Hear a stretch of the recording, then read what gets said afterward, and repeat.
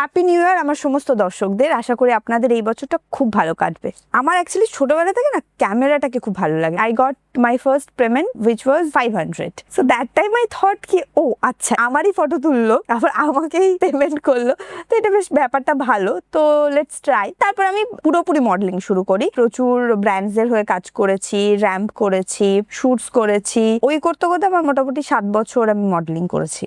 Most of the people choose job life because of the stability of income, that's all. But আমার কি মনে হয় জানো তো, আমার মনে হয় করা যায় একটা, যদি তুমি না লিমিট রাখো। লিমিটটা মানুষ খুব Set একটা করে না, মানে ঠিক আছে আসছে তাহলে আরো আসবে। এইটা যদি তুমি সেট না করো তোমার কিন্তু পার্সোনাল প্রফেশনাল সব লাইফেই চাপ হবে। 2023-এ কথার অফার আসে আমার কাছে। ক্যারেক্টারটা আমাকে ব্রিফ করা হয় যে হিরোর বোন। প্রথমে বলেছিলাম না, করবো না। যিনি কাস্টিং ডিরেক্টর ছিলেন ওনাকে আমি থ্যাঙ্কস বলবো, উনি আমাকে খুব ভালো করে বুঝিয়েছিলেন। আমার বোন আমাকে অলওয়েজ ভীষণ সাপোর্ট করছে, আর এমনিও আমার সিরিয়াল করার ইচ্ছা ছিল। আমি সিরিয়াল করার পর এটা বুঝেছি খুব হেক্টিক। যারা সিরিয়াল করে তার জন্য হ্যাটস অফ। ওই ফেমটা, ওই নেমটা ইগোতে কনভার্ট হয়ে যায়। তো তুমি নিজেকে কেমন দেখো? শুধুমাত্র যে কথার জন্য না, আমি যেহেতু মডেলিং করেছি, প্রচুর ব্র্যান্ডস করেছি, মানুষের থেকে ভালোবাসা পেয়েছি, বাট এটার জন্য আমার কোনোদিন ইগো আসেনি। আমার মনে হয় আসা উচিতও নয়। ইনস্টাগ্রামের এই যে ভার্টিক্যাল ফিল্মস আসার ব্যাপারটার পর থেকে প্রচুর এরকম মানুষরা কাজ করতে পারছে যাদেরকে না কেউ একটা পারমিশন দেবে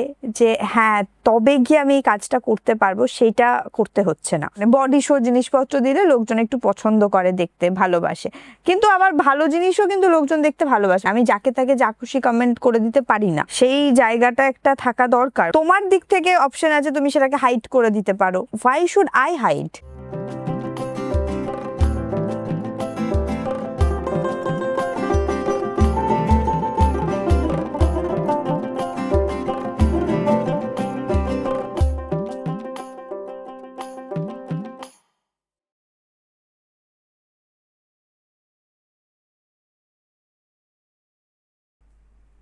নমস্কার, বৈঠকখানা আরেকটি এপিসোডে আপনাদের সবাইকে স্বাগত।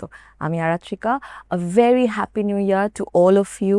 আশা করছি এই বছরটা আপনাদের খুব ভালো কাটবে, অ্যান্ড আই অলসো হোপ যে আপনাদের পাস্ট ইয়ারটা খুব ভালো কেটেছে। And today we have with us a very special guest.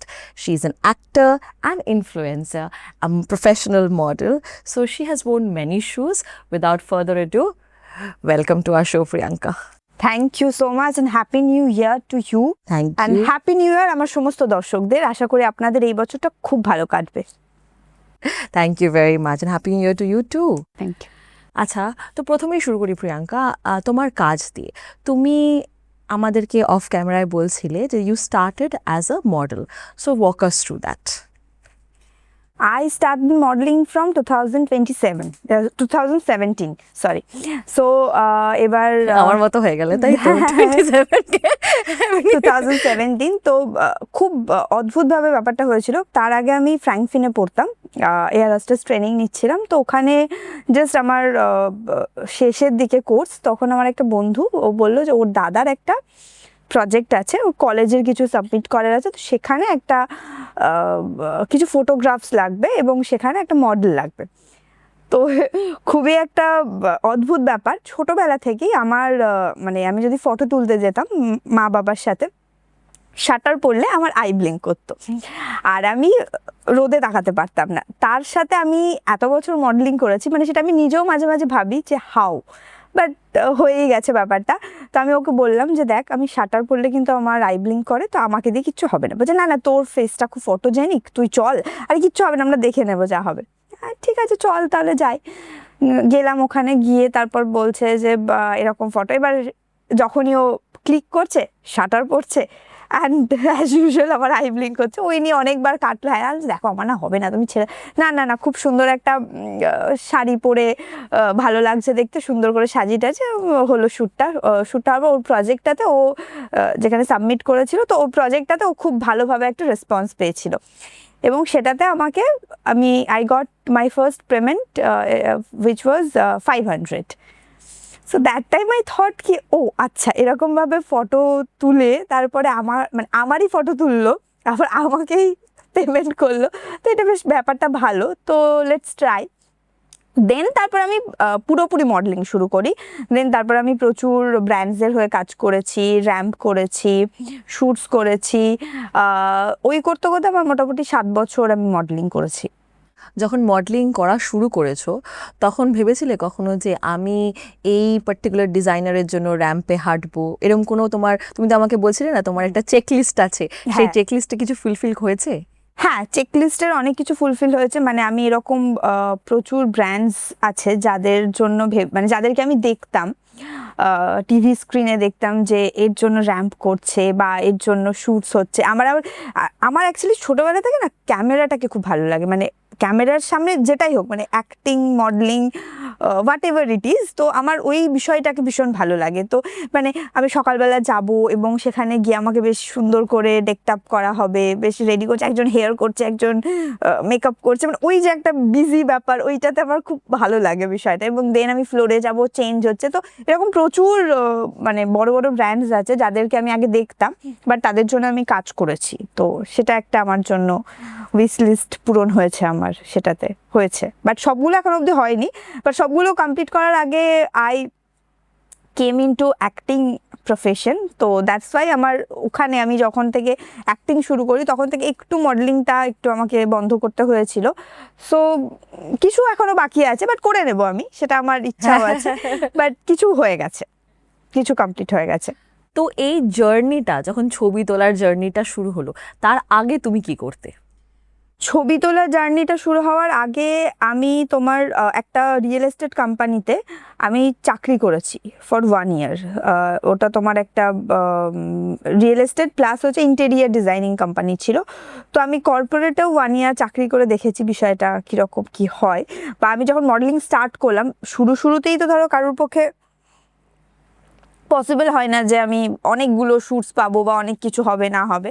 তো অল্প অল্প করে শ্যুট আসছিল এবং তার সাথে আমি চাকরিটাও করছিলাম। তারপর যখন শ্যুটের পরিমাণটা বাড়তে লাগলো এবং এতটাই বাড়তে লাগলো যে আমাকে চাকরি ছাড়তে হলো। তো মানে চাকরি করেছি আমি, এবং সেই সময় আমার মনে হতো যে যখন আমি চাকরি করছি, ওই যে সকালবেলা যেতে হতো 10টার সময়, আর ওই যে 5টার সময়, মানে 6টা-7টার সময় আসতে হতো, তো ওইটা আমার ভীষণ একটা বিরক্ত লাগতো। আর আমার ছোটোবেলা থেকে না কেউ মানে মনিটরিং করবে, ঠিক আছে, সারাক্ষণ যে এটা করতে হবে, এটা করতে হবে, পরপর এটা করতে হবে, এই বিষয়টা ভালো লাগতো না, যদি না আমার সেই সাবজেক্টটা পছন্দ হয়।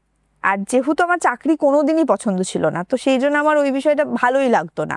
আমার সবসময় মনে হতো যে দেয়ার ইজ সামথিং মিসিং, কিছু একটা যেটা ঠিক জমছে না ব্যাপারটা। তো সেই জন্য আমি যখন মডেলিংয়ের এই অফারটা পেলাম, এবং ওই ভয়টা আমার মধ্যে ছিল, কারণ আমার আই ব্লিঙ্ক করতো শাটার পড়লে। এইটা আমি ছোটোবেলা থেকে আমার খুব মনে হতো যে আমি যদিও বা কোনোদিন শ্যুট স্টার্ট করি বা মডেলিং এরকম কিছু করি, তাহলে তো এইটা একটা বিশাল বড় সমস্যা আমার জন্য। তো এটা আমি কীভাবে এটা থেকে বেরোবো বা কিছু। বাট আমি দেখলাম যে না, হয়ে গেল আস্তে আস্তে। আমি যখন শ্যুট স্টার্ট করলাম, করতে করতে করতে করতে দেন ওটা ঠিক হয়ে গেল। বাট চাকরি করতে আমার একদম ভালো লাগেনি। আমি যে 1 বছর চাকরি করেছি, হ্যাঁ, খালি ওটাই একটা সিকিউরিটি যে হ্যাঁ এন্ড অফ দ্য মান্থ একটা টাকা ঢুকবে, কিন্তু সেটা কিন্তু অন্য জায়গাতেও আছে। হ্যাঁ, মানে যদি ধরো মানে আমার মনে হয় যদি টাকার জন্য আমরা যদি কাজ করতে, কি টাকাটা তো লাগবেই, এটা তো ধরো বেসিক একটা, তাহলে চাকরি করো, যেটাই করো, মানে একটা অ্যামাউন্ট অফ মানি আমরা কিন্তু যে কোনো একটা প্রফেশন থেকে পেতেই পারি। বাট যদি প্রফেশনটাই এত পছন্দের হয় যেখান থেকে আমি প্রফেশনের জন্য অ্যামাউন্ট অফ মানিটাকে স্যাক্রিফাইস করতে রাজি আছি, মানে আমার মনে হয় যদি আমার কোনোদিনও খুব পছন্দের কিছু আসে, মানে সেখানে যদি আমার একটু টাকাটা কম হয়, so I will go for that. মানে আমি সেটার জন্য কোনো সেকেন্ড থট আমার কাছে আসবে না যে এটাতে আমি একটু পেমেন্টটা হলেও কম আসছে বাট কাজটা খুব ভালো, আমি ওটার জন্য কোনো দিনও সেকেন্ড টাইম ভাবি না। মানে এরকম প্রচুর শ্যুট করেছি যেখানে হয়তো পেমেন্ট কম এসেছে, যেখানে হয়তো খুব খাটতে হয়েছে, খুব ট্রাভেল করতে হয়েছে, বাট আমি কোনোদিনও সেকেন্ড টাইম ভাবিনি। কারণ আমার মনে হয় যে মানে প্রফেশনের আমার পছন্দের কিছু, যেটা মানে ওই যে লাইট, ক্যামেরা, অ্যাকশন, ওই বিষয়টার জন্য আমি টাকাটা একটু হলেও স্যাক্রিফাইস করতে আমার কোনো চাপ নেই। কারণ নাহলে আমি যখন চাকরি করতাম তখন আমি তখন আমি ঠিকঠাক স্যালারি পেতাম, মানে একটা স্যালারি যেটা গুড অ্যামাউন্ট অফ স্যালারি আমি কিন্তু চাকরি করতাম পেতাম, মানে আমার দরকার ছিল না। আর যেখানে চাকরি করতাম অফিসও ভালো ছিল, সব কিছুই ঠিকঠাক ছিল, ওটাতে আমি যদি আরও থাকতাম তাহলে হয়তো আরও গ্রোথ হতো। বাট কোথাও গিয়ে আমার ঠিক হচ্ছিল না, জমছিল না ব্যাপারটা। আর আমার যদি একবার এখানটাতে আটকে যায়, তাহলে আমি মানে ধরো আমার সামনে কেউ কিছু বোঝাচ্ছে, আমার এইখানটা যদি একবার ব্লক হয়ে যায়, আমি আর শুনতে পাই না, সে কি বলছে আবার আমি আর শুনতেই পাই না, আবার রেজিস্টার করে না, আমার এটা একটু সমস্যা।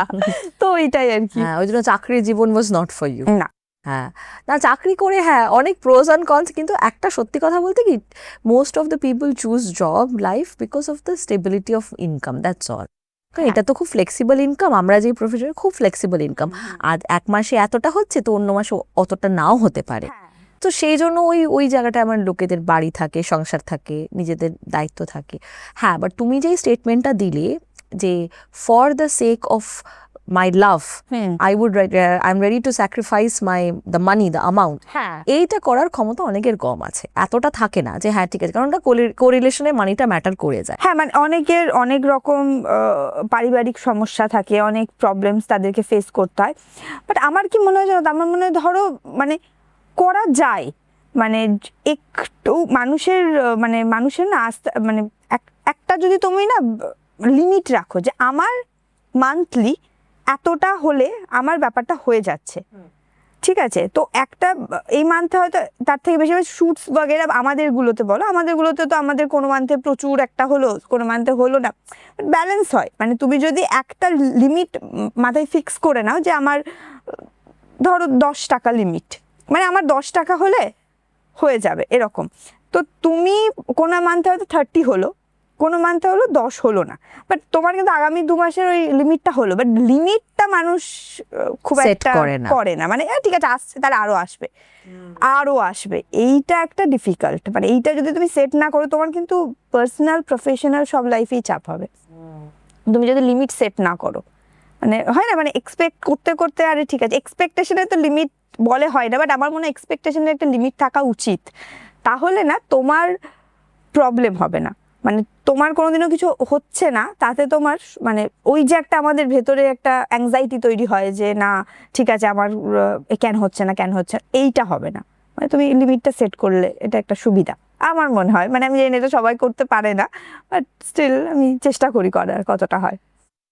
আর তারপরে যখন মডেলিং করতে করতে অ্যাক্টিংয়ে পা রাখলে, তখনের জার্নিটা আমাদেরকে বলো, কথা থেকে শুরু করেছো, তো সেই জার্নিটা তুমি আমাদেরকে একটু বলো। আমার ফার্স্ট সিরিয়াল কথা, তো আমি 2023-এ কথার অফার আসে আমার কাছে, তো তার আগে আমি প্রচুর অডিশন দিচ্ছি বিভিন্ন হাউসে, বিভিন্ন চ্যানেলের জন্য অডিশন দিচ্ছি। তো অডিশন দিতে দিতে দেন আমি একটা সন্ধেবেলায় আমি একটা ক্যাফেতে বসে চা খাচ্ছি, তো আমাকে একজন কাস্টিং ডিরেক্টর ফোন করেন এবং উনি বলেন যে এরকম একটা প্রজেক্ট আসছে এই হাউসের, ওদের এর আগে ওরা খুবই একটু নতুন হাউস, তো তুই কি করবি? আমি বললাম ক্যারেক্টারটা কি? তো ক্যারেক্টারটা আমাকে ব্রিফ করা হয় যে হিরোর বোন এই ক্যারেক্টারের জন্য। তো আমি বললাম যে প্রথমে বলেছিলাম না করব না, তারপর আমাকে যিনি কাস্টিং ডিরেক্টর ছিলেন উনি মানে আমার সাথে এখনও কন্ট্যাক্ট আছে এবং ওনাকে আমি থ্যাঙ্কস বলবো, উনি আমাকে খুব ভালো করে বুঝিয়েছিলেন, প্রায় হাফ অ্যান আওয়ারের ওপর ধরে উনি আমাকে বুঝিয়েছিলেন যে দেখ শুরু কর, তারপর ওখান থেকে অনেক রকম অফার আসতে পারে বা এটা ওটা। দেন আমাকে আমার বোন, মানে আমার মোটামুটি মডেলিং কেরিয়ার বলো, অ্যাক্টিং বলো, বা আমি চাকরি ছাড়ার ওই যে ক্রুশিয়াল টাইমগুলোতে আমার বোন আমাকে অলওয়েজ ভীষণ সাপোর্ট করছে, আমাকে বলছে আরে তুই শুরু কর না, দেখ না কি হয়। আর এমনিও আমার সিরিয়াল করার ইচ্ছা ছিল, যে আমি আমার দেখার ইচ্ছে সিরিয়ালে এক্স্যাক্টলি কি হয়, কতটা হেক্টিক শিডিউল থাকে, বা এই যে এতজন সিরিয়াল করে ধরো, মানে তারা এত লাক্সারিয়াস লাইফ লিড করে, কতটা খাটনি থাকে পিছনে, বা কতটা টাকা সত্যি ইনকাম হয়, বা যতটা টাকা ইনকাম হয় ততটার পিছনে কতটা এফোর্ট দিতে হয়। মানে আমি সিরিয়াল করার পর এটা বুঝেছি, যারা ধরো লং টার্মে সিরিয়াল করে খুব হেক্টিক, ছবি 15 দিন 20 দিন বা যেরকম শিডিউল থাকে তার মধ্যে শেষ হয়ে যায়, তারপর তুমি একটা গ্যাপ পাও। বাট সিরিয়াল ইজ লাইক প্রত্যেক দিন সকালবেলা উঠে যে কল টাইম দেবে সেটাতে তোমাকে যেতেই হবে, এবং যতক্ষণ শুটিং চলবে ততক্ষণ শুটিং তোমাকে করতেই হবে। এইরকমও প্রচুরবার হয়েছে, ধরো একটা সিন সকালে একটা সিন রাতে, মাঝের সিনগুলোতে আমি নেই, তো মাঝের সিনের যে গ্যাপটা, ওই যে পেশেন্স নিয়ে থাকা, বসে থাকা, এইটা একটা ব্যাপার। মানে যারা সিরিয়াল করে তার জন্য হ্যাটস অফ, তাদের সত্যি প্রচণ্ড পেশেন্স না থাকলে করা যায় না। মানে শুধু টাকাটা দেখলে হবে না, হয়তো একটা হিউজ ইনকামও হয় তাদের, বাট আমি নিজেও করেছি, বাট প্রচণ্ড এফোর্ট দিতে হয়, মানে প্রচণ্ড খাটনির ব্যাপার। ওই যে শুধু বাড়িতে মানে যারা সিরিয়াল করে, আমি নিজে সিরিয়াল করে বুঝেছি, যারা শুধু বাড়িতে তুমি ঘুমাতে আসো, আফটার প্যাক আপ 10:30 11টার দিকে তুমি বাড়ি এসো, বাড়ি এসে খাও, ঘুমিয়ে পড়ো। আমরা অনেক সময় ডিনারও ওখানে করে নিতাম, কারণ অনেক সময় আমার মাঝে একটা আমার হয়েছিল খুব, আমি 8টার মধ্যে ডিনার করে নেবো, তো ডিনার ওখানে করে নিতাম। বাড়ি এসে ফ্রেশ হয়ে ঘুমিয়ে পড়ো, পরের দিন সকালে ব্যাগ নিয়ে বেরিয়ে যাও, জাস্ট ঘুমোতে আসা বাড়িতে হতো। আর যেদিন ছুটি থাকতো সেদিন এবার কি হতো, যেহেতু আমার ব্যাকগ্রাউন্ডটা মডেলিং ছিল, তো আমি তখন একটা মানে খুব ভালো প্রজেক্টস, প্রচুর মডেলিংয়ের প্রচুর শ্যুটস বাগেরা, প্রচুর ব্র্যান্ড কোলাবোরেশন সব করছি। এবার ফাট করে যখন আমার সিরিয়ালটা স্টার্ট হলো, সেগুলো তো ধরো সব আছেই, এবার সেগুলোর প্রোডাক্ট বাগেরা এগুলো সব বাড়িতে আসছে, মানে পার্সেল তো আসতে থাকছে। আমার শুটিং আর হচ্ছে না, বাড়িতে জমছে পার্সেল, পাহাড় জমে যাচ্ছে, আমার আর শুটিং হচ্ছে। এবার একটা দিন পেয়েছি ছুটি, সেকেন্ড সানডে সব ছুটি থাকে, আর যেদিন হয়তো তোমার সিন থাকলো না সেদিন হয়তো তোমার ছুটি, বা সেটা তো তুমি জানবে না আগে থেকে, তো এটা কারোর পক্ষে জানা সম্ভব নয়। তো একটা দিন ছুটি পেয়েছি, হয়তো এরকমও হয়েছে পুরো মান্থে 2 দিন ছুটি পেয়েছি। তাই মানে প্রত্যেক সানডে করে ছুটি থাকে না তোমাদের? না না না, আচ্ছা, মানে হয় কি 1.5-2 বছর হয়ে যাওয়ার পর বা একটা জায়গায় দাঁড়িয়ে যাওয়ার পর হয়তো কোনো প্রোডাকশন হাউস 2 দিন করে ছুটি দেয়, কি একদিন সানডেগুলো করে ছুটি দেয়, বাট ওটা কোনো ফিক্সড ছুটি না। সেকেন্ড সানডে হচ্ছে ফিক্সড ছুটি, যেটা তুমি সব পুরো আমাদের ইন্ডাস্ট্রি বন্ধ থাকে, তো সেকেন্ড সানডে ছুটিটা ধরেই তোমাকে সব রকম মানে প্ল্যানস প্রোগ্রামস করতে হবে যে ওই দিন তোমার ছুটি থাকবে, তো ডিফিকাল্ট। আচ্ছা, এই যে তুমি বলছো সিরিয়াল করতে গেলে শুধু বাড়িতে এসে ঘুমানো আর সকালবেলা ব্যাগ নিয়ে বেরিয়ে পড়া, এটাতে তোমাদের একটা মানুষের পার্সোনাল লাইফ বলে তো আর তাহলে কিছু থাকছে না, না সে তো ওটাতে ফোকাসই করতে পারবে না। তাহলে তুমি এটা কি করে কমব্যাট করেছো? দেখো, পার্সোনাল লাইফটা মানে আমরা যারা এই প্রফেশনে আছি তাদের পার্সোনাল লাইফটা কিছুটা কিন্তু মানে এর মধ্যেই অ্যাডজাস্ট করতে হয়, কিছুটা কি পুরোটাই অ্যাডজাস্ট করতে হয়। মানে কারোর সাথে ধরো দেখা করার প্ল্যান হলো, তো আফটার শ্যুট ঠিক আছে একটা দেখা করলাম, কিন্তু আস্তে আস্তে না মানে পুরো বিষয়টা ফোনে চলে আসে, পুরো বিষয়টা। আর এমনি তো আমি একটুখানি না দেখা করার পার্সন একটু বেশি, ঠিক আছে, তো আমার সেক্ষেত্রে খুব একটা অসুবিধা হতো না। মানে আমি খুব একটা মানে ছুটি থাকলেই যে খুব পার্টি, আমি একদমই পার্টি পার্সন নই, মানে আমি একদমই কোনো ক্লাবে পার্টি করতে যেতে হবে শুনলে আমার খুব গায়ে জ্বর আসে। রেডি হতে হবে, যেতে হবে, আমার মানে আমাকে তুমি কাজের জন্য গোটা 24 আওয়ার্সের মধ্যে যে কোনো টাইমে বলো আমি চলে যাবো, আমার কোনো অসুবিধা নেই। শুধু কোথায় কোন লোকেশনে যেতে হবে, এটা একটা কাজ আছে, একটা শ্যুট আছে, কিছু একটা কন্টেন্ট বানাচ্ছি, কিছু একটা নিজেদের কাজ করছি, I will be there. But আমাকে যদি বলো পার্টি আছে, সবাই মিলে যাচ্ছি, চলে না, প্রচুর বন্ধুরা, আমার ম্যাক্সিমাম বন্ধুরা রেগেও যায় আমার উপর, কি রে তুই কোনো সময় পার্টি ফার্টিতে যাস না, বললেই কিছু না কিছু করে একটা কাটিয়ে দিয়েছে, আমার একদম ভালো লাগে না। তো আমি চেষ্টা করতাম যখনই আমি ছুটি পেতাম, আমার যেহেতু কলকাতায় আমার বাড়ি নয়, তো আমি বাড়ি যাওয়ার চেষ্টা করতাম, যেটা কম হতো, বা নিজের বন্ধু বান্ধবদের সাথে, নিজের কাছের মানুষদের সাথে টাইম স্পেন্ড করার চেষ্টা করতাম। বাড়িতেই বেশ সুন্দর করে একটা কফির আড্ডা, চায়ের আড্ডা, বা যা পার্টি বাগেরা করো সব বাড়িতে করো। আমি একটু হাউস পার্টি কিন্তু ব্যালেন্সটা কি করে করতে, মানে এটা তো ব্যালেন্স করার মতো।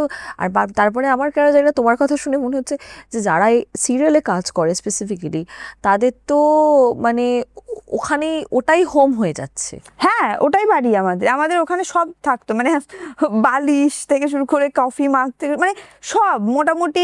আমরা হয়তো আমরা যেদিন শুটিং র্যাপ হয়, যেদিনকে কথার আমাদের র্যাপ আপ হলো, সেদিন মানে ভর্তি জিনিস নিয়ে এসেছি বাড়িতে, মানে সব তো ওখানে আছে, 6-7 রকমের জুতো ওখানে, বাড়ির কোনো স্লিপার বাড়িতে খুঁজে পাচ্ছি না, কোথায় স্টুডিওতে, সব ওখানে, মানে ওটা একটা বাড়ি। এবং ওখানকার মানুষজনই না তখন ফ্যামিলি মেম্বারের মতন হয়ে যায়।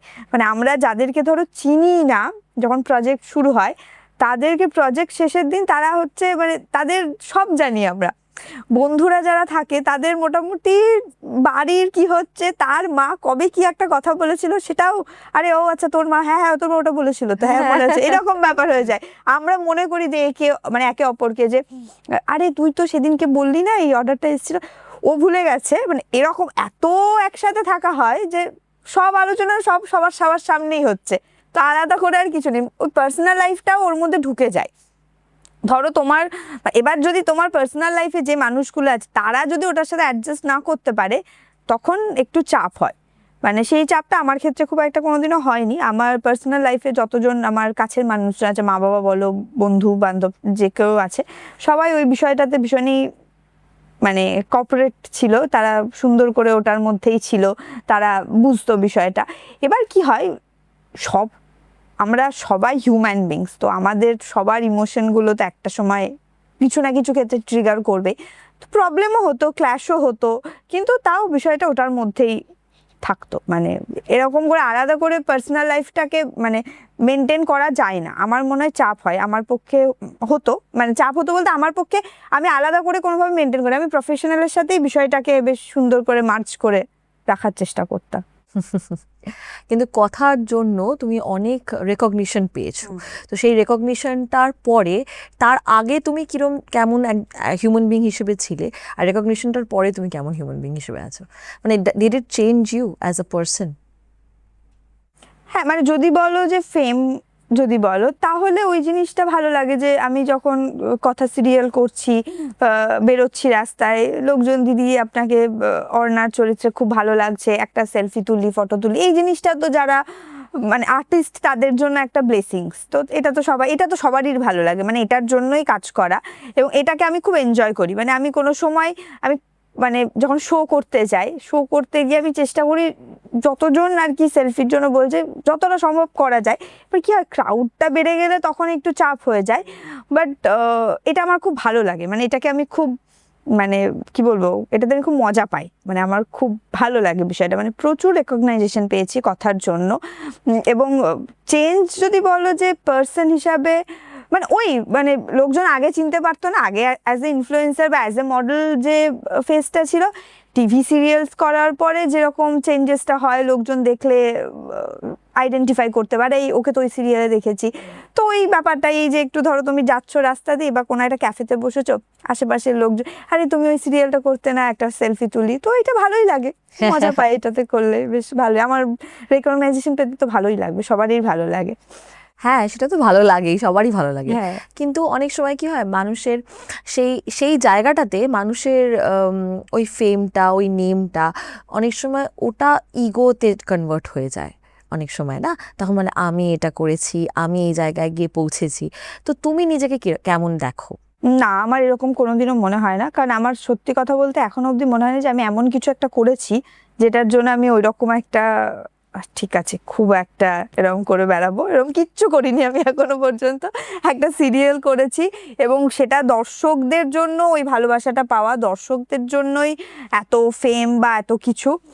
এবং আরও পরবর্তীতে যদি আরও ভালো ভালো কাজ করে থাকে, আমি একটা অ্যাড করেছিলাম একটা ব্র্যান্ডের, একটা মিল্ক ব্র্যান্ডের, যেটার জন্য আমি প্রচুর লোকজনের কাছ থেকে টেক্সট পেয়েছি যে ওই অ্যাডটা তোর প্রচুর জায়গায় দেখিয়েছে। মানে মানে রীতিমতন আমাকে মানে যারা আমাকে চেনেও না এরকম, মানে এরকম রাস্তায় আমি একদিন অটোর জন্য দাঁড়িয়েছি, তো আমাকে একজন পাশে বলছে দিদি এই অ্যাডটা যেটা দেখাচ্ছে এটাই কি আপনি? আমি বললাম হ্যাঁ, মানে I don't even know him, মানে হ্যাঁ, বলছে আমি দেখেছি আমার খুব ভালো লেগেছে। তো শুধুমাত্র যে কথার জন্য না, আমি যেহেতু মডেলিং করেছি, প্রচুর ব্র্যান্ডস করেছি, তো তার জন্য এরকম প্রচুর মানে মানুষের থেকে ভালোবাসা পেয়েছি।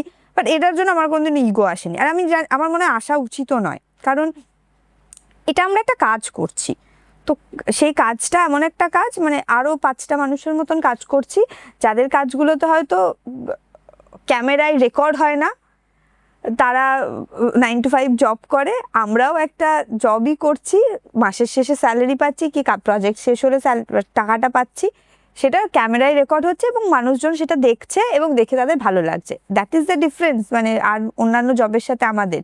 তো সেটার জন্য ইগো বিল্ড হওয়াটা আমার মনে হয় একেবারেই জাস্টিফাইড নয়। মানে আমার ক্ষেত্রে তো কোনো দিনও হয়নি, আমি কোনো দিনও এরকম ভাবিও নি যে আমি একটা সিরিয়াল করেছি মানে আমি তো এখন একটা বিশাল কিছু করে ফেলছি।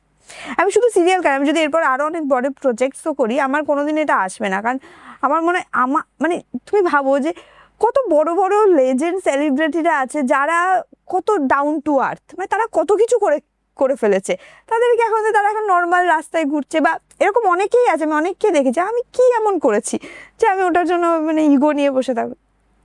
একদমই আসে না। আমার পডকাস্টে একজন এসেছিলেন, তিনি বলেছিলেন never take your job very seriously. তাই এই ব্যাপারে তুমি আমাকে বলো, তোমার কি মনে হয়? আমি একদম অপোজিট ভাবি। মানে আমার জবটাকে আমি সিরিয়াসলি না নিলে আমি কি করছি, মানে যেটা প্রথমত আমি যেটা করছি, যেটাই করছি না কেন, আমি একটা ছোট্ট ভিডিও শ্যুট করলাম বাড়িতে বসে, আমি একটা মোনোলগ শ্যুট করলাম ফর আ অডিশন, সেটা থেকে শুরু করে আমি একটা বড় ব্র্যান্ড যের জন্য কাজ করছি, অনেক বড় ব্র্যান্ডের জন্য, পুরো দুটোই আমার কাছে রেসপন্সিবিলিটির একদম, মানে আমার দুটোই আমার কাছে রেসপন্সিবিলিটির জায়গায় আসে। কারণ আমি একটা কাজ করছি, সেটার জন্য আমি সিরিয়াস হব না? মানে আমি সিরিয়াস না হলে কেন কাজ করছি? আর যারা আমাকে সেই কাজটা দিচ্ছে, তুমি ভাবো, মানে আমি যদি এইভাবে never take your job as a in a serious way, how, মানে কি করে হয় এটা? মানে আমাকে সে ওটার জন্য পেমেন্ট করছে, যদি আমি ছেড়ে দিলাম পেমেন্ট করছেও না, আমি যদি কোনো একটা কাজ করব বলি, সেই দিন থেকে, সেই মুহূর্ত থেকে আমার মনে হয় সেই কাজটা রেসপন্সিবিলিটিটা আমার উপর চলে আসে, সেটা যতক্ষণ না শেষ হবে সেই পর্যন্ত। আমি আমার প্রত্যেকটা জবকে, মানে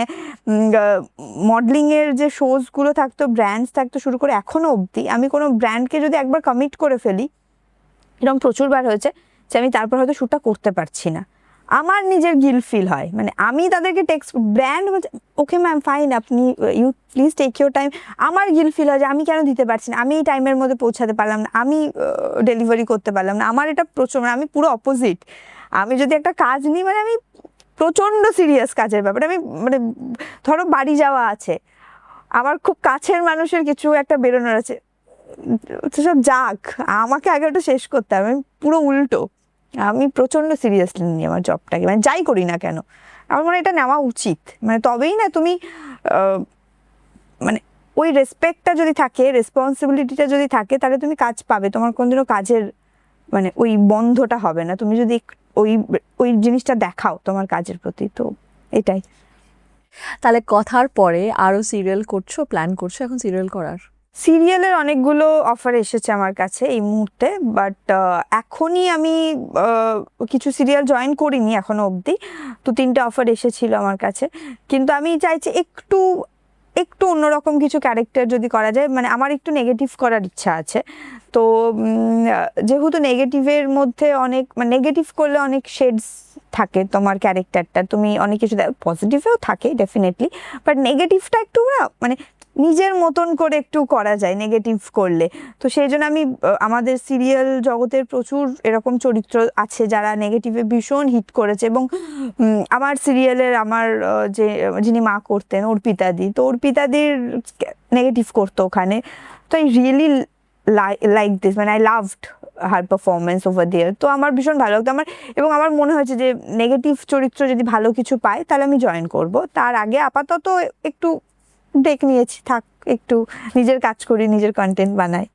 হ্যাঁ, কন্টেন্ট বানানো থেকে আমাকে বলো, এই যে তুমি কন্টেন্ট বানাচ্ছো, তুমি ভার্টিক্যাল ফিল্মস নিয়েও কথা বলছিলে, হ্যাঁ, তো এই ব্যাপারটাতে এখনো ইন্ডিয়ান অডিয়েন্সরা ট্যাপ করে ওঠেনি, মানে it's in a nascent stage, ঠিক আছে? এই ব্যাপারটা আমাদের অডিয়েন্সকে একটু বলো, আর কিভাবে যদি কেউ ইনফ্লুয়েন্সার হয় বা কোনো এভাবে কন্টেন্ট বানাতে চায় করতে পারে।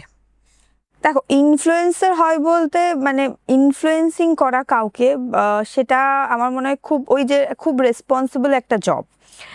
তুমি শুরু করতে পারো, মানে এটার জন্য না এমন বিশাল কিছু একটা নিয়ে বসতে হবে এরকম কিছু না, বাট আমার মনে হয় people should make good content, যেটা আরেকটা মানুষকে, তোমার পেজটাকে বা তুমি যেটাই বানাচ্ছো সেটাকে ফলো করতে না, মানে ইনসিস্ট করবে। মানে বানালে একটু ভালো কিছু বানাও, যাই বানাও। আমি ধরো একটা বললাম আমি এটা গেট রেডি উইথ মি বানাচ্ছি, but make it in a good way, একটা ঠিকঠাক সুন্দর কন্টেন্ট যেটা দেখতেও ভালো, মানে যেটা মানে লুক অ্যান্ড ফিলটাও ভালো হবে, সুন্দর লাগবে দেখতে। এরকম কোনো ব্যাপার নেই যে কন্টেন্ট বানাচ্ছে মানে যে একদম মানে যা খুশি। এখন আমি দেখেছি, মানে এটা আমার খুব, আমার পার্সোনাল মতামত, এটা আমার একটু খুব চোখের আগে, যেটা হচ্ছে ঠিক আছে একটা কিছু ভি একটা মানে যা কিছুই কন্টেন্ট, এটা না করে মানে নিজের প্রোফাইলের একটা কন্টেন্টের একটা ওয়ে করো। মানে আমি ধরো তুমি একরকম কন্টেন্ট বানাও, আমি একরকম কন্টেন্ট বানাই। এখন আমার মনে হচ্ছে এখন প্রচুর ইনফ্লুয়েন্সাররা আছে যারা সব রকম কন্টেন্ট বানাচ্ছে, ঠিক আছে? মানে আমি তোমার কন্টেন্টটা দেখে মনে হলো তোমার কন্টেন্টটা খুব রিচ করে গেছে, এটা প্রচুর পপুলার হয়ে গেছে, আমি এরকমই একটা কন্টেন্ট বানাই যেটা আমার জনারের সাথে যাচ্ছে না, then I will not make that type of content. মানে আমার মনে হয় নিজস্বতা একটা কন্টেন্টের মধ্যে রাখা উচিত, যে আমার কন্টেন্ট মানে লোকজন এই টাইপেরই কন্টেন্ট দেখবে, এইটা দিয়ে শুরু করলে, বা তোমার যে ইউএসপি, সবার একটা করে কিন্তু ইউএসপি থাকে প্রত্যেকটা মানুষের মধ্যে, যারা যারা কন্টেন্ট বানাতে শুরু করছে সবার কিন্তু কিছু না কিছু একটা ইউএসপি থাকে, যে ওর এটা বেশ ভালো, ও এইভাবে, ও কারোর কথা বলাটা ভালো, কেউ ভালো এডিটার, তো তো তুমি সেটার উপর কন্টেন্ট বানাও, যে আমি এই আজকে এটা এডিট করছি। কেউ ভালো ফটোগ্রাফার, তুমি সেটার উপর কন্টেন্ট বানাও। বাট যাই দেখছি সেটা দিয়ে একটা কন্টেন্ট বানিয়ে দিলাম, মানে ওর কন্টেন্টটা ভীষণ হিট করে গেছে, আমি এরকমই কন্টেন্ট বানাই। আচ্ছা আজকে ওই কন্টেন্টটা দেখলাম, চল কালকে এরকম একটা কন্টেন্ট বানাই। মানে এইটাতে আমার একটু সমস্যা আছে। মানে কন্টেন্ট ক্রিয়েট করছি মানে দর্শকরা যারা দেখছে তারা কিন্তু মানে সারাদিনে যখনই স্ক্রল করে তারা কিন্তু ভালো কিছু দেখার জন্য দেখছে। মানে তুমি যদি ভালো কন্টেন্ট বানাতে শুরু করো, তুমি যদি ভালো কিছু দর্শকদের দাও, তারা কিন্তু ভালো কিছুই দেখবে। তুমি আমরা মানে কন্টেন্ট তো প্রচুর রকমের এখন সোশ্যাল মিডিয়াতে আছে, খারাপগুলো আসছে বলে তারাও দেখছে। বাট তুমি যদি ভালো কন্টেন্টের অ্যামাউন্টটা বাড়াতে থাকো, তাহলে কিন্তু তারা ভালো কন্টেন্টই দেখবে। এটা আমি খুব মানে এটাতে আমি খুবই কি বলবো মানে আমার মনে হয় এটাতে এই বিষয়টা আমার মনে হয় যে তুমি যদি ভালো কাজ বানাতে শুরু করো, দর্শক কিন্তু ভালো কাজই দেখবে। মানে এটা ডিপেন্ড করছে যে তুমি কেমন কন্টেন্ট তোমার প্রোফাইলে দিচ্ছ তার উপর। তো যারা কন্টেন্ট ক্রিয়েট করতে চাইছে বা শুরু করতে চাইছে, আমার মনে হয় কিছু একটা মানে নিজের মধ্যেকার একটা কিছু ইউএসপি খুঁজে বার করুক। এমন না যে পুরো মানে সোশ্যাল মিডিয়াতে তো প্রচুর রকমের কন্টেন্ট আছে, আর আজকে আমি এরকম একটা বানাই, কালকে আমি ওরকম একটা বানাই, এরকম না। নিজস্ব একটা কিছু কন্টেন্টের বেস রাখা উচিত। মানে আমি দেখলাম এটা আর বানিয়ে ফেললাম, এইটা মনে হয় না করাই ভালো যারা নতুন শুরু করছে তাদের জন্য। অ্যাবসলিউটলি, মানে তুমি ঠিকই বলেছো, মানে নিজেদের ক্যালিবার আর নিজেদের ট্যালেন্টটাকে বের করে আনতে হবে। হ্যাঁ মানে কিছু একটা ধরো যেটা মানে এটা আমি ভালো পারি, যে এই আমি হয়তো খুব ভালো রান্না করতে পারি, এরকম প্রচুর কন্টেন্ট ক্রিয়েটার যারা শুধু রান্নারই কন্টেন্ট, মানে খুব ভালো কথা, যারা শুধু। বাট এখন হয়ে যাচ্ছে যে আমি রান্নাও করছি, আমি তোমার গেট রেডি উইথ মি করছি, আমি সব রকম কন্টেন্ট করছি, আমি রিল ওয়েব সিরিজও করছি, আমি ভার্টিক্যাল ফিল্মসও করছি, আমি এটা করছি, আমি সেটা করছি, আমি সব করছি। আচ্ছা, ভার্টিক্যাল ফিল্মসের ব্যাপারে একটু বলো। ভার্টিক্যাল ফিল্মস কি আর কিভাবে, how is it different from normal way of filming? দেখো আমি রিসেন্ট দুটো না তিনটে বোধহয় ভার্টিক্যাল ফিল্মসের ওপর কাজ করেছি। তো আমার একটা জিনিস মনে হয়েছে, যেটা হচ্ছে মানে ইনস্টাগ্রামের এই যে ভার্টিক্যাল ফিল্মস আসার ব্যাপারটার পর থেকে প্রচুর এরকম মানুষরা কাজ করতে পারছে যাদেরকে না ওই কেউ একটা পারমিশন দেবে যে হ্যাঁ তবে গিয়ে আমি এই কাজটা করতে পারবো, সেইটা করতে হচ্ছে না। মানে এটার একটা খুব ভালো সাইন যে ধরো আমাদের একটা ছোট টিম, ধরো তোমার কাছে একটা ছোট টিম আছে, তোমার একটা বন্ধু খুব ভালো ডিরেক্টর, একজন খুব ভালো সিনেমাটোগ্রাফার, কেউ একজন খুব ভালো স্ক্রিপ্ট লেখে, তুমি অভিনয় করো। তো আমাদের একটা ছোট্ট গ্রুপ আছে, আমরা চাইলে না কিছু বানিয়ে সোশ্যাল মিডিয়াতে পোস্ট করতে পারি। আমাকে কারুর জন্য অপেক্ষা করতে হবে না, কারুর কাছে গিয়ে টিকগুলো নিতে হবে না যে এই সমস্ত টিকগুলো ক্রস করলে তবে গিয়ে আমি এটা রিলিজ করতে পারবো। রিলিজের ব্যাপার নেই, প্ল্যাটফর্ম আমাদের, আমরা চাইলেই ওখানে কাজ করতে পারি। তো ভার্টিক্যাল ফিল্মস আসার পর থেকে এই যে জিনিসটা, এটা প্রচুর মানুষ মানে যারা হয়তো বাড়িতে বসে গেছিলো, এরকম বহু ডিরেক্টর, আমার একজন খুব মানে কাছের একজন বন্ধু, he is also a director, তো ও ভালো ভালো কাজ করেছে, কিন্তু কি হয় ওর কাছে প্রচুর স্ক্রিপ্ট আছে, কিন্তু এখনকার দিনে যে বিষয়টা হয় যে সেই স্ক্রিপ্টগুলো সিনেমা অবধি আসার আগে মাঝখানে এই যে এতটা বড় রাস্তা, সেটা হয়তো সবাই ক্রস করতে পারে না, কারণ লটস অফ থিংস আর দেয়ার, সেগুলো তুমিও খুব ভালো করে জানো, আমিও খুব ভালো করে জানি। বাট এই যে ভার্টিক্যাল ফিল্মসটা আসার পর এই যে প্ল্যাটফর্মের এই যে বিষয়টা, যে আমরা চাইলে নিজস্ব কিছু কন্টেন্ট, ভালো কন্টেন্ট, এবং তুমি দেখবে মানে প্রচুর এরকম ইনস্টাগ্রাম বলো বা সোশ্যাল মিডিয়াতে আছে এরকম প্রচুর ভার্টিক্যাল ফিল্মস আছে যেগুলো দেখতেও খুব ভালো লাগে এবং খুব ভালো স্টোরি। মানে এগুলো হয়তো বানানোই হতো না যদি না ভার্টিক্যাল ফিল্মসটা আসতো, এগুলো কেউ বানাতেই পারতো না। মানে তাদের হয়তো মাথায় এখানে আছে, এত ভালো ভালো আইডিয়াসগুলো তাদের মাথায় আছে, কিন্তু তারা প্ল্যাটফর্ম পাচ্ছে না সেটাকে আনা। তো সেটার জন্য তো এটা একটা খুব বড় জায়গা, মানে খুব বড়োভাবে বিষয়টাকে লোকজন চাইলেই মানে ভালো কন্টেন্ট বানাতে পারছে, সবাই মিলে এপিসোডস ওয়াইজ বানাতে। আমি নিজেও বানিয়েছি একটা কন্টেন্ট যেটার 4-5টা এপিসোড পরপর রিলিজ করে, এবং লোকজন পছন্দ করছে, দেখতে ভালোবাসছে। এবং আমার আগামী দিনে আমার কন্টেন্ট, যেটা আমার টিম আছে তার সাথে আইডিয়া আছে যে আমরা এমন কিছু কন্টেন্ট ক্রিয়েট করব যেটাতে we will take ideas from audience. ঠিক আছে, এরকম প্রচুর অডিয়েন্স আছে, প্রচুর মানুষ যাদের কাছে প্রচুর ভালো ভালো গল্প আছে, কিন্তু তারা না সেটাকে মানে ইউটিলাইজ করতে পারছে, সেটাকে না এই স্ক্রিন অবধি আনতে পারছে না, কারণ তাদের কাছে সেই সামর্থ্য নেই, তাদের কাছে হয়তো সিনেমাটোগ্রাফার নেই, তাদের কাছে হয়তো অ্যাক্টরদের বা তারা অ্যাপ্রোচ করলে কেউ কাজ করবে না। হয় না মানুষের তো একটা তোমাকে আজকে একটা এমন বড় প্ল্যাটফর্ম থেকে অ্যাপ্রোচ করেছে, যখন তুমি কিন্তু কাজ করবে, তুমি হয়তো সেখানে পেমেন্টে নেগোসিয়েশনটাও করবে, বাট অন্য একজন কেউ যার কাছে হয়তো আরো ভালো গল্প আছে, যার কাছে হয়তো সেই ব্যাকআপটা নেই, তুমি তখন কিন্তু সেখানে গিয়ে তোমার পেমেন্টটা যেটাই নাও তুমি, এটা আমি প্রচুর জনকে দেখেছি, বাড়িয়ে আমি একটা পেমেন্ট, কারণ ওরা তো নতুন। এই যে আচ্ছা। বিষয়টা, এই জিনিসটা আমি নিজে ফেস করেছি, মানে অনেকের থেকে শুনেছি। তো আমার মনে হয় ভার্টিক্যাল ফিল্মস আসার পরে এই জিনিসটা তো মানুষ, মানে নিজস্ব কন্টেন্ট, যে আমার মাথায় যে আইডিয়া, যে ভালো কিছু গল্প, সেটা আমরা দর্শকদেরকে দিতে পারছি এবং লোকজন পছন্দ করছে। এটার একটা খুব পজিটিভ দিক, মানে হয় না যে কোনো জিনিসের একটা যে রিলিজ হওয়ার পরে পরে আস্তে আস্তে যে লোকজন কিন্তু এটা দেখতে ভালোবাসছে। তো যখন সবাই ভালোবাসছে দেখতে, তাহলে ভালো ভালো ভার্টিক্যাল ফিল্মস কেন আসবে না? কেন আসবে না? হ্যাঁ, অ্যাকচুয়ালি আমার না কোথাও একটা মনে হয় সোশ্যাল মিডিয়া এসে যাওয়াতে, অ্যাকচুয়ালি সোশ্যাল মিডিয়ার একটু ভেরিয়েশনে বলি, শুধু সোশ্যাল মিডিয়া না, এই যে মাল্টিপল প্ল্যাটফর্মসগুলো চলে এসেছে, সেই প্ল্যাটফর্মসগুলো অনেক ইয়াং কন্টেন্ট ক্রিয়েটার্স, অনেক ইয়াং ডাইরেক্টার্স, অ্যাক্টার্সদের সেই বেসটা দিয়ে দিয়েছে যেখানে তারা নিজেদের ট্যালেন্টকে শোকেস করতে পারছে। এটা তুমি কিন্তু একদম ঠিক বলেছো, কারণ আমিও আমার লাইফের জার্নিটা শুরু করেছি ইউটিউব দিয়ে। তো সেইটা যখন, যদি আজকে ইউটিউব না থাকতো তাহলে হয়তো সেই জার্নিটা আমি শুরু করতে পারতাম না। তখন আমাকে অনেক জায়গায় অডিশন দিতে হতো এবং সেখানে সিলেকশন না হওয়া এটা থাকে, ডাইসি ব্যাপার থাকে। সো এই জিনিসটা আমি জানি যে ওই জায়গাটা সোশ্যাল মিডিয়া খুবই হেল্প করেছে, মানে আনডাউটেডলি এমন একটা দরজা খুলে দিয়েছে আমাদের জন্য, যে দরজাটা is like can give us wonders. এটা তুমি একদম ঠিক বলেছো। মানে এখানে তোমাকে কিছু মানে ওই যে ওই ব্যাপারটা হয় না, মানে আমাদের কাছে সব আছে, অ্যাক্টার্স আছে, কত প্রমিসিং অ্যাক্টার্স আছে যারা খুব ভালো কাজ করতে পারে, কিন্তু তাদেরকে কি করা হয়, তাদেরকে না একটা সাইডের কিছু একটা রোল দেওয়া হয়। তুমি যদি মানুষকে না দাও সেই জায়গাটা, এবং সেই অ্যাক্টরটা হয়তো তাদের একটা এমন ওয়েব সিরিজ, যে ভার্টিক্যাল ফিল্মসে একটা এমন সুন্দর একটা কন্টেন্ট বানালো, ভাই ও এই কাজ, ও এটা এরকম এরকম প্রচুর জন হয়েছে করতে পারে, তো তুমি তো তাকে ইউজই করছো না।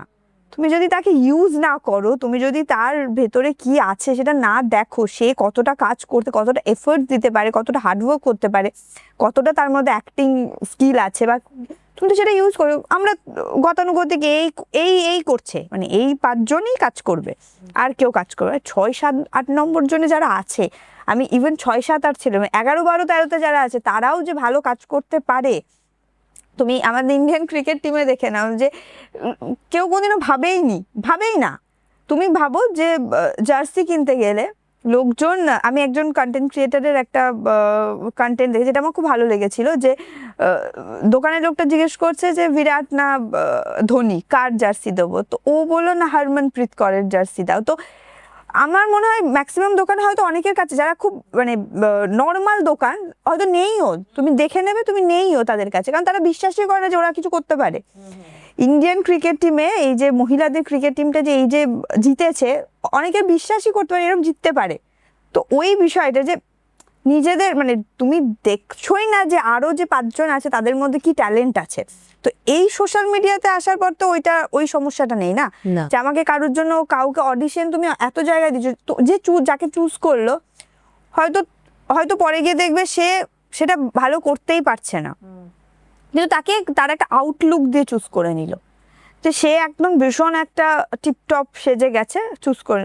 আরে ভেতরে কি আছে সেটা, পুরো বাহ্যিকটা দিয়ে যদি মানুষকে তুমি সবসময় জাজ করতে থাকো, মানে তাহলে তো হবে না। তুমি তাকে একবার রিস্ক তো তোমাকে নিতেই হবে, আমরা সবাই নিই লাইফের রিস্ক। তো আমার মনে হয় এখনকার দিনের যারা নির্মাতা আছে, বা যারা কাজ করছে, বা যারা কাস্টিং ইয়েতে ডিরেক্টরসরা আছে, নিচ্ছেও লোকজন এখন রিস্ক নিচ্ছে, নতুনদের কাজ দিচ্ছে বা করছে কাজগুলো, বাট আমার মনে হয় ওই রিস্কটা নেওয়া উচিত, যে তাদের মধ্যেও ট্যালেন্ট আছে, তারা কাজ করতে পারে। সোশ্যাল মিডিয়া ওই হেল্পটা করছে।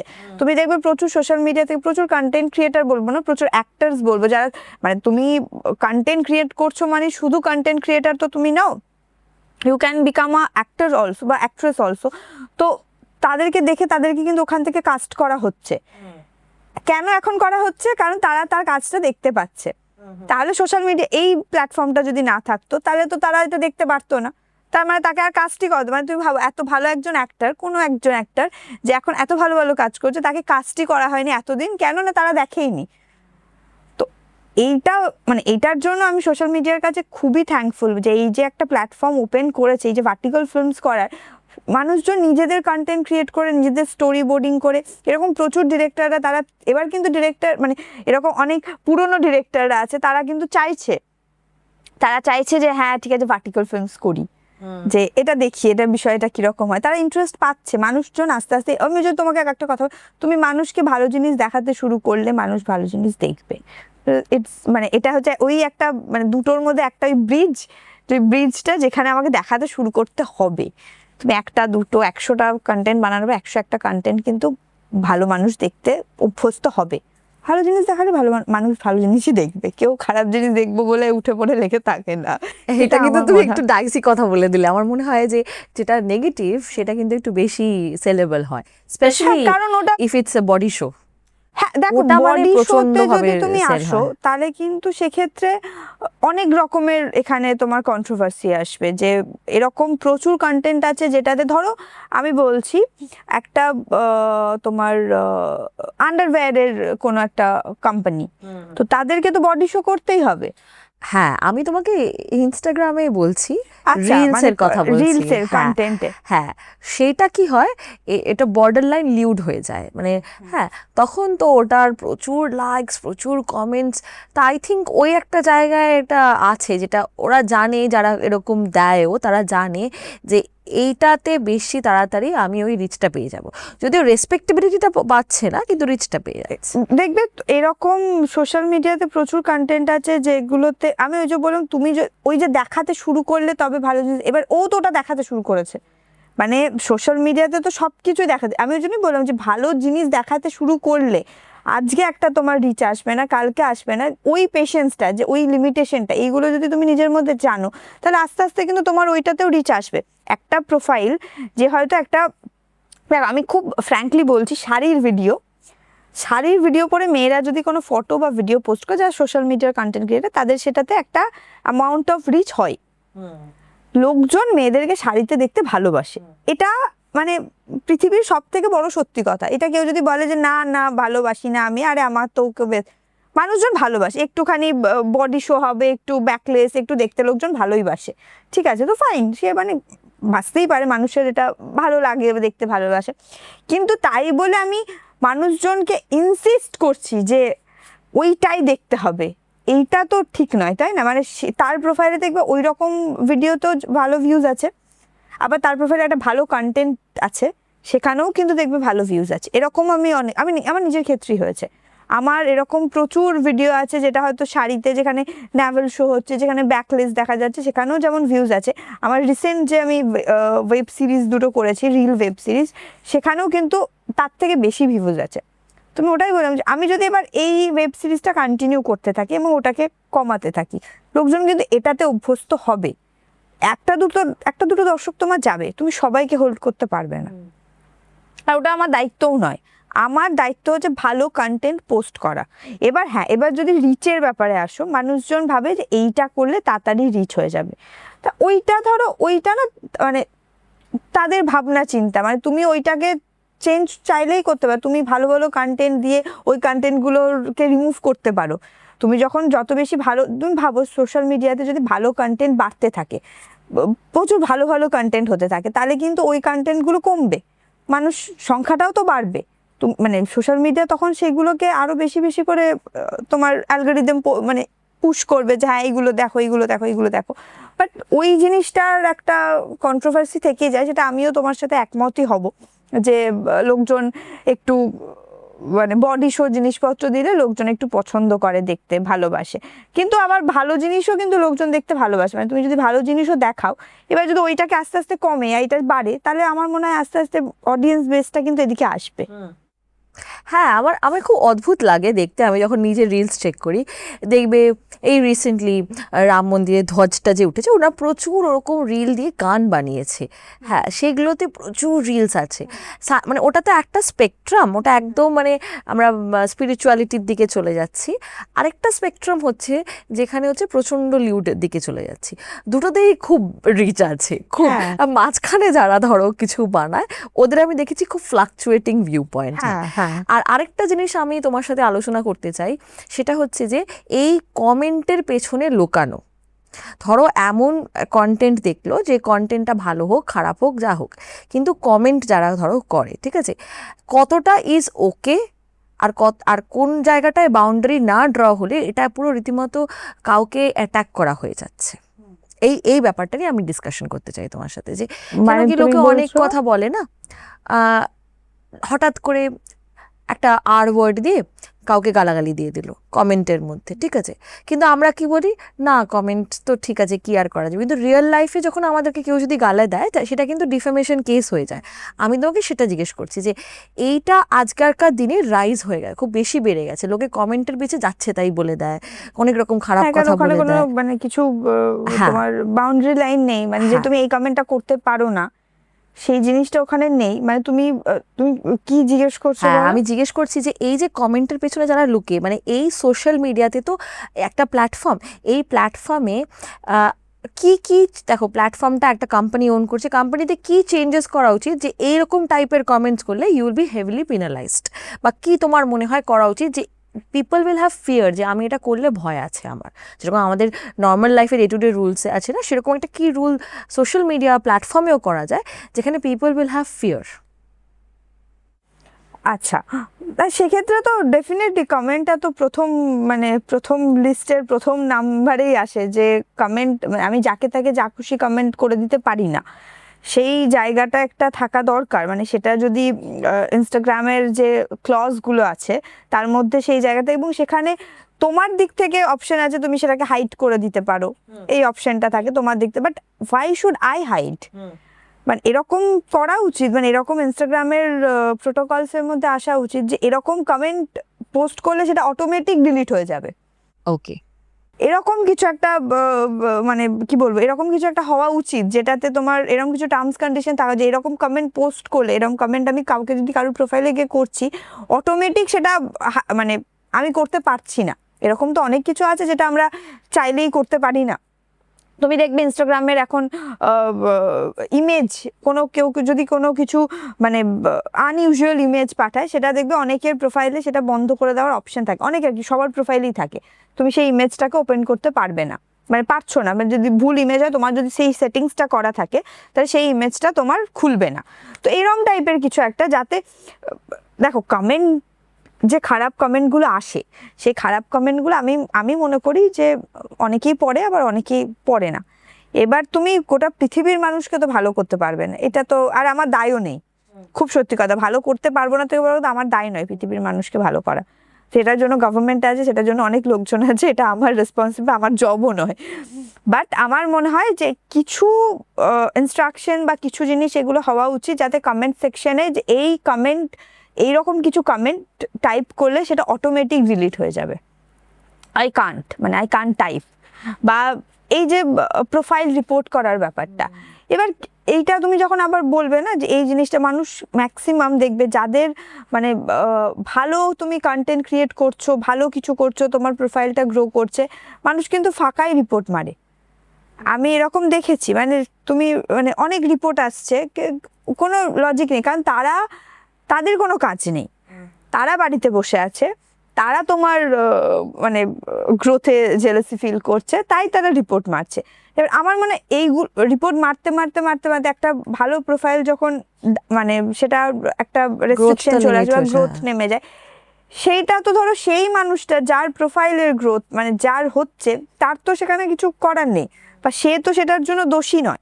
তো আমার মনে এরকম কিছু একটা হওয়া উচিত যে এই বিষয়গুলোতে আরো ডিটেলে অ্যানালাইজ করা উচিত, মানে আরো এমন কিছু রিসার্চ করে, বা এমন কিছু ইনস্টাগ্রামের বা সোশ্যাল মিডিয়ার এমন কিছু বিষয় আনা উচিত যেগুলোতে এই বিষয়গুলো থাকবে। এবং অন্যের কন্টেন্ট, ধরো কারোর একটা কন্টেন্ট তুমি আর অন্যজন প্রোফাইলে পোস্ট করছে, ঠিক আছে, এবার তার প্রোফাইলে তুমি দেখবে সেটার একদম মিলিয়ন ভিউ, বাট তোমার কন্টেন্ট কিন্তু তোমার প্রোফাইলে অতটা ভিউজ নেই। তো এইটাতে আমার মনে হয় মানে সে কষ্ট করে কন্টেন্টটা ক্রিয়েট করছে, বানাচ্ছে, এবং মানে ওই বিষয়টা তো একটুখানি রেস্ট্রিকশন থাকা উচিত, যাতে করে এই জিনিসটা না হয়। কারণ আমরা যতই বলি, দেখবে আমরা হয়তো আমরা দেখি না, আমরা কমেন্ট সেকশন অতটা চেক করি না, আমি খুব একটা কমেন্ট সেকশন চেক করি না। আবার যদি দেখি যে হ্যাঁ তোমার আসছে কমেন্ট, ভালো ভালো কমেন্ট আসছে, সেখানে তুমি জানো না আমার একটা রিসেন্ট রিল ওয়েব সিরিজে, ভালো ওয়েব সিরিজ সুন্দর, মানে সেখানে আমি একটা কমেন্ট পেয়েছি, মানে হাসবো আমি নি, I will take all the comments as a কি বলবো পরের কাজটার জন্য, যাতে আমি এটাকে ভালো করতে পারি, তো আই উইল টেক। একটা কমেন্ট এসেছে, সেখানে বলছে, মানে আমি বলছি ক্যারেক্টার দুটো ছিল, একজন অন্ধ ছিল আর একজন, আমি আর আমার সাথে যে কো অ্যাক্টর ছিল সে অন্ধের রোল প্লে করছিল। তো কোনোভাবে আমাদের মিস আউট হয়ে গেছে, তার বাইক মানে পকেটে একটা চাবি ছিল, বাইকের চাবি ঝুলছিল। তো ওই ভিডিওটাতে ভিউজ এসেছে 5 মিলিয়ন, ঠিক আছে, খুব ভালো রেসপন্স, খুব ভালো। সেখানে মোটামুটি 100-200 কমেন্টের পর, 100-200 কমেন্টের পর একজন কমেন্ট করেছে, মানে এটা যদি কমেন্ট না করতাম, আমি জানি না তার কি সমস্যা হতো, দাদা অন্ধ হলে কি বাইকের চাবিটা কোমরে লাগিয়ে রাখা যায়? আমি সেই মুহূর্তে দাঁড়িয়ে ভাবলাম, মানে নেগেটিভিটি খুঁজে বার করার জন্য মানুষ কি হাদ তাক যেতে পারে। ওই কমেন্টটা ওখানে করে, ওর কিন্তু ওই কমেন্টটা মানে আগের যে 100-200 মানুষ দেখেছে তাদের কি চোখে পড়েনি? কিন্তু তারা সেটার মধ্যে ভালো জিনিসটা খুঁজেছে, যে কন্টেন্টটা কি কি বিষয় বলা হচ্ছে। বাট ও দেখেছে যে এত ভালো ভালো কমেন্ট আসছে। আমি মানুষের সাইকোলজি বলছি, যারা এরকম কমেন্ট করে থাকে আসছে, আমি একটা এমন কিছু কমেন্ট করি, একটা out of the box comment করি, বা এমন কিছু করি যেটাতে একটু যারা কন্টেন্টটা ক্রিয়েট করছে তাদের একটু নিচু দেখানো যায়। ভাই কেন? আই গেস আমারও এটা মনে হয় যে এই যে সাইবার বুলিং যেটা আমরা এখন কথা বলছিলাম, এই সাইবার বুলিংটার সাথে না, যেহেতু most of the companies are foreign companies, India তো ইন্ডিয়ান কোম্পানিজ তো না, আমার মনে হয় the Indian rules should be heavily implemented on this companies. তাহলে কি হবে, এই সাইবার বুলিং ব্যাপারটা কমে যাবে। কারণ অ্যাকচুয়ালি আমাদের কোনো কিছুই না, তারা আমাদের জুরিসডিকশনের আন্ডারে পড়ে না, তো না, ওই জন্য তারা অনেক কিছুর জন্য ছাড় পেয়ে যায়। আই থিঙ্ক ওই জায়গাটায় যদি একটু স্ট্রিক্ট ইন্ডিয়ান রুলস, তুমি যেখানেই ব্যবসা করতে যাও তোমাকে সেই কান্ট্রির রুলস মানতে হবে, আই থিঙ্ক তাহলে অনেক জিনিসটা হবে। যেমন নেদারল্যান্ডসে তুমি যদি 16 ইয়ার্সের নিচে হও, তুমি কোনো রকম ছবি পোস্ট করতে পারবে না, এটা নিয়ম। সে তুমি যদি ছেলে হও মেয়ে হও, কোনো প্রবলেম নেই। If your under the age of 16 you can't post, মানে লোকেশন দিয়ে। এখন আর আমাদের এখানে তো রুলস নেই, বাচ্চাদের ছবি পোস্ট করে দেয় লোক, বাচ্চাদের কন্টেন্ট বানাচ্ছে, এইটাতে আমার খুব আপত্তি। হ্যাঁ, which could lead to other problems, যেটা আর কি হয়। তো সেই জিনিসটা যদি একটু আরেকটু ভাবে এই জায়গাটাকে ফোকাস করা যায়, আমার মনে হয় ভালো হবে ইন দ্য ফিউচার। একদমই, কারণ আমরা তো টেকনোলজির ওয়ার্ল্ডে এগিয়ে গেছি, আমাদের ইজ নো গোয়িং ব্যাক, আমরা শুধু এগাবোই, সামনের দিকেই যাবো, আরো বেশি রেকটিফাই করা যায়। হ্যাঁ, রেকটিফাই করা যায়। তা এই, আর বলো তুমি তোমার কাজ এই ফিউচারে কি প্ল্যান করছো, তোমার কি কি কাজ আছে? ফিউচারে বলতে আমি রিসেন্ট একটা ওয়েব সিরিজ কমপ্লিট করলাম, জাস্ট আগের মান্থেই ডাবিং শেষ করলাম, একটা বাংলা ওয়েব সিরিজ, তো সেটা করলাম শেষ। আর আপাতত কিছু ব্র্যান্ডসের শ্যুট আছে, যেটার জন্য আমি যাব হচ্ছে তোমার বম্বে যাব। বম্বেতে গিয়ে আমাকে মোটামুটি 1.5 মাস মতো থাকতে হবে, আমার একটা শ্যুট আছে ওখানে। তো ওইটা একটা আর চলছে, মানে আছে আপকামিং। আর শ্যুটস বাগেরা তো চলতেই থাকে, অনেক ব্র্যান্ডের শ্যুট করছি এখন এই মুহূর্তে চলছে। নিজস্ব কিছু কন্টেন্ট, যেটা তোমাকে বললাম ভার্টিক্যাল ফিল্মস, এরকম কিছু অনেকগুলো লেখা আছে। এবং আমাদের যে ছোট্ট টিমটা আছে তাদের একটা প্রপোজাল আছে, যে আমরা এমন কিছু একটা প্ল্যান করব যেটাতে না অডিয়েন্স কানেক্ট করতে পারবে। অডিয়েন্স তো সব কিছুতেই কানেক্ট করে, but we have something different, যেটাতে না অডিয়েন্স তাদের গল্প বলতে পারবে। বাট সেই গল্পটা আমাদের প্ল্যানিং আছে, সেই গল্পটা আমরা প্লে করব। আচ্ছা, টাইপ অফ সামথিং, যেটা আমরা এখনো ডিক্লেয়ার করিনি, মানে সেইভাবে এখনো অবধি সেটা নিয়ে বসা হয়নি। বাট মানে মোটামুটি প্রি প্রোডাকশনটা আমাদের কমপ্লিট হয়ে গেছে, হয়তো আমরা এই ডিসেম্বর থেকে ওই বিষয়টাকে স্টার্ট করব। তো সেই একটা প্ল্যানিং আছে, এটা আমার খুব মানে এটা আমার বহুদিনের ইচ্ছা ছিল, তো ওটা আমি এই মুহূর্তে করতে পারছি। বিকজ অফ ওটার জন্য আমি হয়তো অনেকগুলো কাজ এখন আমি নিতে পারছি না, বাট আমার মনে হয় এটা দর্শকদের পছন্দ হবে, আমরা যে প্ল্যানিংটা করছি। Let's see, finger crossed. নিশ্চয়ই। তোমার সাথে আমার কথা বলে খুব ভালো লাগলো, বাট আমাদেরকে এই পর্বটা শেষ করতে হবে। আশা করি তুমি যেন আরো বড় ভিলেনের রোল প্লাও, আমরা যেন তোমাকে দেখতে পারি অন স্ক্রিনে অ্যাজ আ ভিলেন, ঠিক আছে? And it was very nice talking to you. Thank you, same here. তাহলে আজকের পর্ব আমরা এখানেই শেষ করব, কিন্তু শেষ করার আগে আচ্ছা আমাদের অডিয়েন্সকে কিছু মেসেজ দাও। আচ্ছা, অডিয়েন্সকে আমি এটাই বলবো যে don't go with the flow.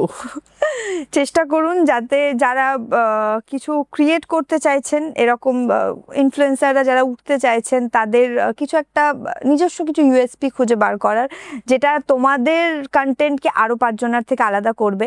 আর এমন কিছু কন্টেন্ট ক্রিয়েট করার দরকার নেই যেটা হয়তো দুদিনের একটা ভিউজ দেবে, কিন্তু পরবর্তীকালে তোমার নিজের আর আজ থেকে 5 বছর পর গিয়ে একটা সেম ফিলিং হবে যে এই কন্টেন্টটা তো আমি না ক্রিয়েট করে, এই কন্টেন্ট আমাকে আর্কাইভ করতে হোক বা এই কন্টেন্ট আমাকে ডিলিট করতে হোক, এরকম কিছু কন্টেন্ট ক্রিয়েট করার দরকার নেই। তোমার মধ্যে সেই ক্যাপাসিটিটা যদি থাকে তাহলে ডেফিনেটলি তুমি ভালো কন্টেন্ট ক্রিয়েটর হিসাবে নিজেকে এস্টাবলিশ করতে পারবে। এবং wish you all a very happy new year again, যে নতুন বছরে তোমরা সবাই খুব ভালো ভালো ভালো ভালো কাজ করো, সবাই খুব ভালো থাকো, সুস্থ থাকো এবং ফাটিয়ে মজা করো নিজের লাইফে। Thank you very much, that Thank was a you. Very lovely message. তাহলে আজকের পর্ব আমরা এখানেই শেষ করছি। আপনাদের সবার সাথে দেখা হবে আগামী পর্বে।